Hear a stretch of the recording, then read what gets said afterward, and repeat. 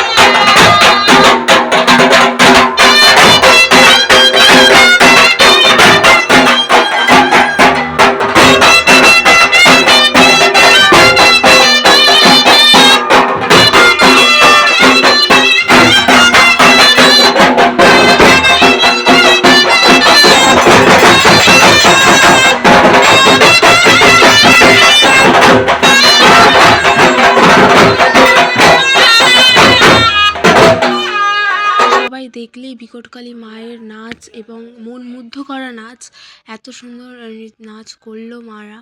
এবং এই যে বুড়ি দেখো সবার কাছে টাকা চাইছে, এটা অ্যাকচুয়ালি খুব ভালো লাগে যে হ্যাঁ দাও দাও টাকা দেয়, এবং এটা জোর করে।